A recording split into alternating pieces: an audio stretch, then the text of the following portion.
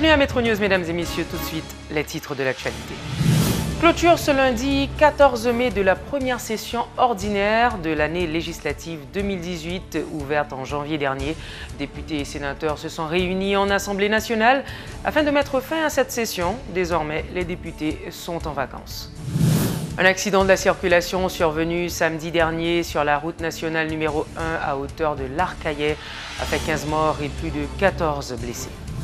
Le directeur général de l'EDH dément les informations, laissant croire que le prix du kilowattheure sera augmenté. Selon l'ingénieur Hervé Pierre-Louis, une nette amélioration sera constatée dans la distribution du courant électrique pendant la Coupe du Monde. Métro News vous est apporté par Haytrack, l'esprit bâtisseur. Mobile 1, c'est plus qu'un lubrifiant. C'est le mélange parfait de plusieurs huiles qui se transforment en molécules pour vous permettre d'aller plus loin, beaucoup plus loin qu'avant. C'est l'évolution de votre moteur. Choisissez les lubrifiants mobiles. Ici, vit l'énergie. Députés et sénateurs se sont réunis ce lundi 14 mai en Assemblée nationale pour marquer la clôture de la première session ordinaire de l'année législative 2018, ouverte en janvier dernier. Lors de cette séance, le président du Sénat de la République ainsi que son homologue de la Chambre des députés ont présenté tour à tour les travaux réalisés durant cette période. À l'occasion, le sénateur Joseph Lambert, en sa qualité de président de l'Assemblée nationale, a présenté son discours. En ma qualité de président de l'Assemblée nationale, je décide de porter le préjugé qui vous habite pour vous inviter à soigner l'honorabilité dont vous vous réclamez si souvent. Nous y parviendrons seulement si nous prenons sur nous d'accomplir nos tâches sans faille, de contribuer à dissiper les incertitudes pour les endiguer, les neutraliser, voire même les anéantir. Ces temps-ci, plusieurs dossiers cruciaux appellent réflexion, concentration et intervention du pouvoir législatif qui assure la représentation populaire. Même si son rôle de contrôle s'exerce a posteriori, il lui incombe d'anticiper les conflits et d'aérer les zones d'ombre qui entravent les conditions de la vie publique. La République a adopté la démocratie. Ce système politique et juridique qui a l'air d'être évident porte un choix qui doit être reconduit régulièrement. Et c'est pourquoi il y a des rendez-vous électoraux. Les élections pour le renouvellement du personnel arrivent à grands pas dans un peu plus d'un an, soit en octobre 2019. Les urnes seront ouvertes aux électeurs. Des dispositions sérieuses et bien réfléchies doivent être prises pour que nous puissions avoir des joutes transparentes, pacifiques et crédibles. Car depuis 15 ans, c'est la première fois que le pays va organiser sans le concours, je dirais logistique, de la MINUSTAH, qui assurait le transport et la sécurisation du matériel sensible jusqu'au centre de tabulation. La relève doit être préparée et c'est au Conseil électoral, provisoire ou permanent, qu'il revient d'effectuer les démarches préparatoires et de faire des mises en place nécessaires pour combler les lacunes que doit causer une telle absence.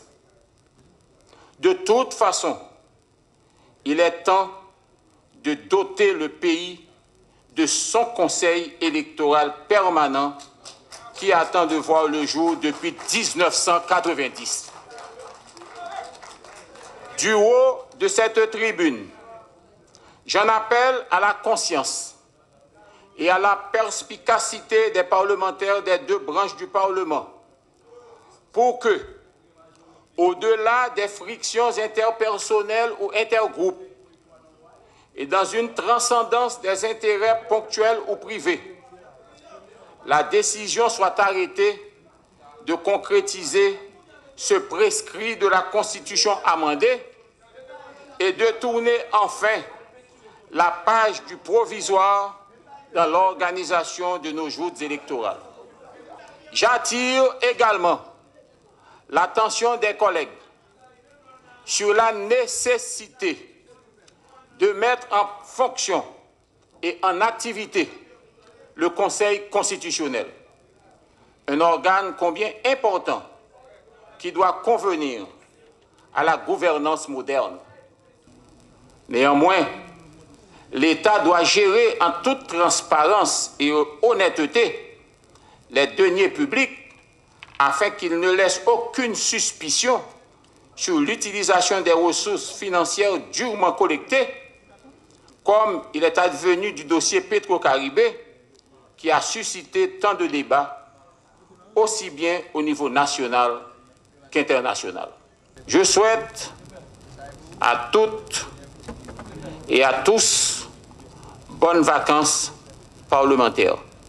Puisse Dieu veiller sur notre nation, bien sûr, en construction. Notons qu'après la fermeture de cette session ordinaire, les députés sont désormais en vacances et seront de retour le deuxième lundi du mois de juin, conformément aux prescrits de la Constitution. Au moins 15 personnes ont été tuées et 14 autres grièvement blessées samedi 12 mai 2018 dans une collision frontale entre un camion transportant des sacs de riz en direction de l'Artibonite et une camionnette assurant le trajet Montrouy-Port-au-Prince. L'accident s'est produit sur la route nationale numéro 1 à hauteur de Trou-Forban dans l'Arcahaie. Les 14 personnes blessées ont été transportées d'urgence au centre hospitalier de Saint-Marc et de l'Arcahaie pour recevoir des soins.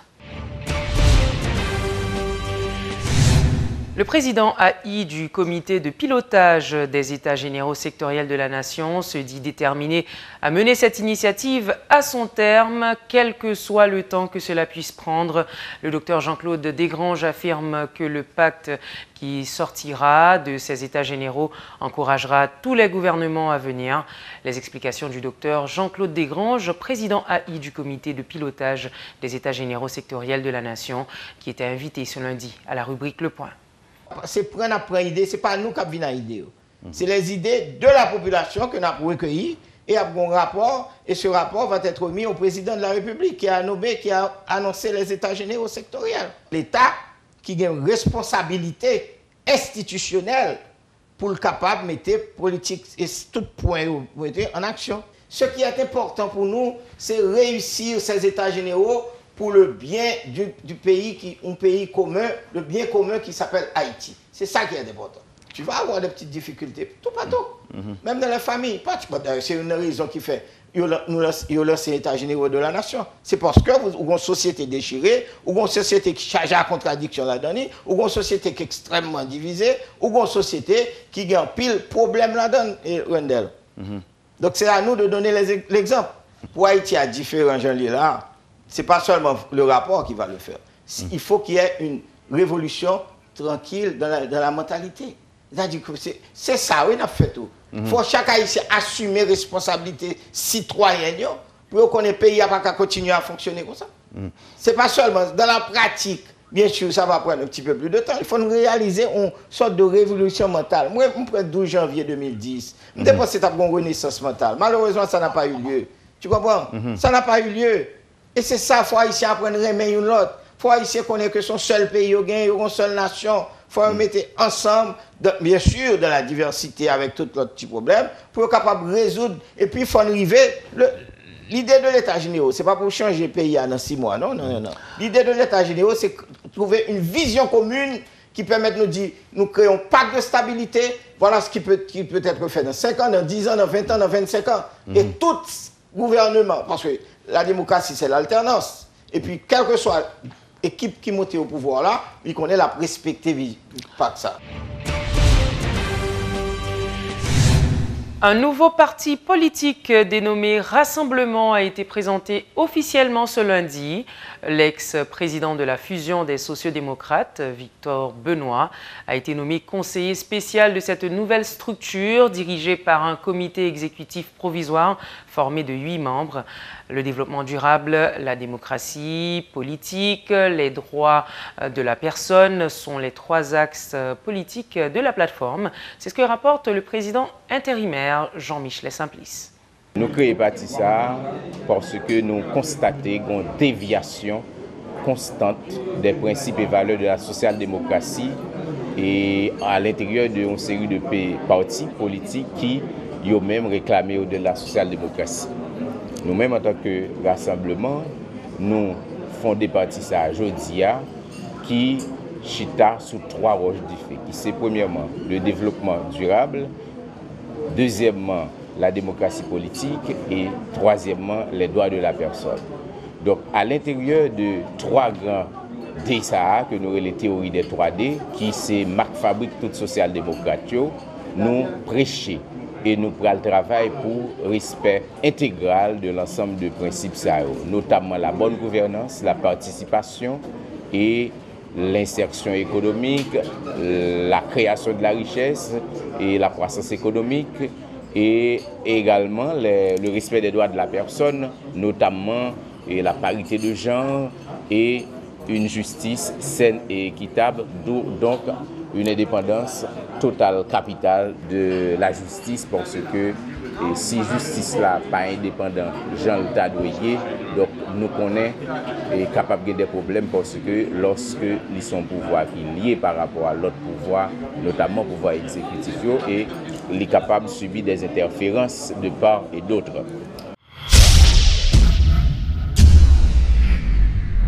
Le prix du kilowattheure ne sera pas augmenté comme veulent le faire croire certaines informations qui circulent depuis plusieurs jours sur les réseaux sociaux et dans certains médias, selon le directeur général de l'EDH.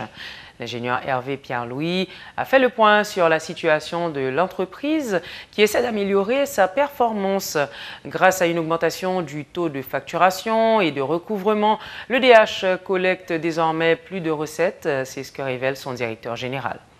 Taux de facturation, zone Port-au-Prince, en janvier 2018, était 47%. En mars 2018, il est passé à 56%.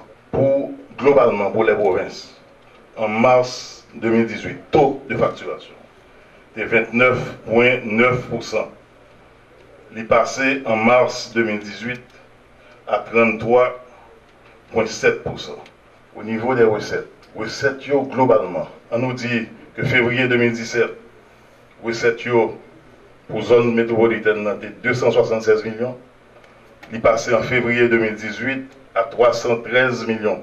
Ce qui signifie que performance au niveau taux de facturation, au niveau taux de recouvrement de l'EDH a augmenté.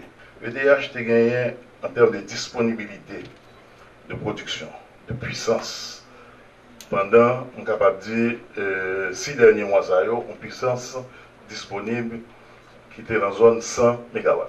Dans ce sens, centrale Pélic, qui sont centrales hydroélectriques, gagnent actuellement disponible 34 MW par rapport à 75 plus 75 MW de que IPPO, c'est producteur privé capable de et environ 30 MW que nous capable de joindre thermique dans la EDH. Ce qui signifie que pour mondial là, et à partir de la journée aujourd'hui, EDH a déjà gagné 115 MW que la produit sous réseau. Et très prochainement, avec l'autre groupe Pélic qui va en marche, EDH promet pendant mondial là, que va passer production là à plus de 130 MW. Mais nous demandons clientèle là, population, communauté, pour réagir correctement avec EDH. C'est-à-dire, faire demande compteur, payer facture à l'heure, soit arrivé EDH débranché ou pas branché tout, parce que il n'est pas bon pour malheur d'arriver. Pas gagner aucune intention pour l'instant, ni dans le passé, ni présentement, ni dans le futur proche, pour aider à changer tarif là. Si nous entendons des nouvelles comme ça, il faut. La DINEPA annonce également une nette amélioration dans la distribution d'eau dans l'aire métropolitaine à partir du mois de juillet. Dans le cadre de sa participation à la 42e édition des lundis de la presse au ministère de la Communication, ce 14 mai, le directeur général de l'institution a expliqué que cette amélioration découlera de travaux actuellement en cours, notamment au niveau du site de Mariani. À en croire Guito Édouard, à terme, ce projet devra faire passer la production de 8 à 24 000 mètres cubes d'eau par jour. 64% de la population qui a accès à de l'eau potable, mais côté mounio plus affecté, c'est dans le milieu rural, à cause de santé capable habitat dispersé. Et au niveau d'assainissement, et constat un petit peu préoccupant dans la mesure où c'est seulement 35%, en fait c'est seulement 28% de population qui gagne sa relais à une toilette améliorée. Plus de 35% a déféqué à l'air libre, c'est-à-dire a fait tata n'importe côté. Études ont révélé au besoin $125 américains par tête d'habitant pour capable de faire service de l'eau potable avec assainissement. Son façon pour montrer nous que il y a nécessité pour de manière graduelle pour l'État contribuer dans faciliter mon service de l'eau potable avec assainissement. Donc, il y a un problème encore au niveau de la gouvernance locale. Des fois, où on arrive dans une situation, on a manifesté pour courant, on a manifesté pour route, et puis les vandaliser, ça ne capable toute ligne d'adduction ou bien tout réseau de distribution de l'eau. Objectif d'INEPA, c'est qui ça? C'est augmenter le taux de population qui a accès à ce service-là, changer pratique d'hygiène et comportement de population face à l'eau et encourager la construction d'infrastructures sanitaires. DINEPA lancé construction de 66 premiers blocs sanitaires, si nous avons remarqué au niveau de la région métropolitaine, que vous parlez de Champ de Maslala, que vous parlez de Place Saint-Pierre et tant d'autres encore, ou après qu'il y a des constructions de blocs sanitaires modernes. C'est tout pour aujourd'hui. Merci d'avoir été avec nous et à très bientôt pour une autre édition de Métro News.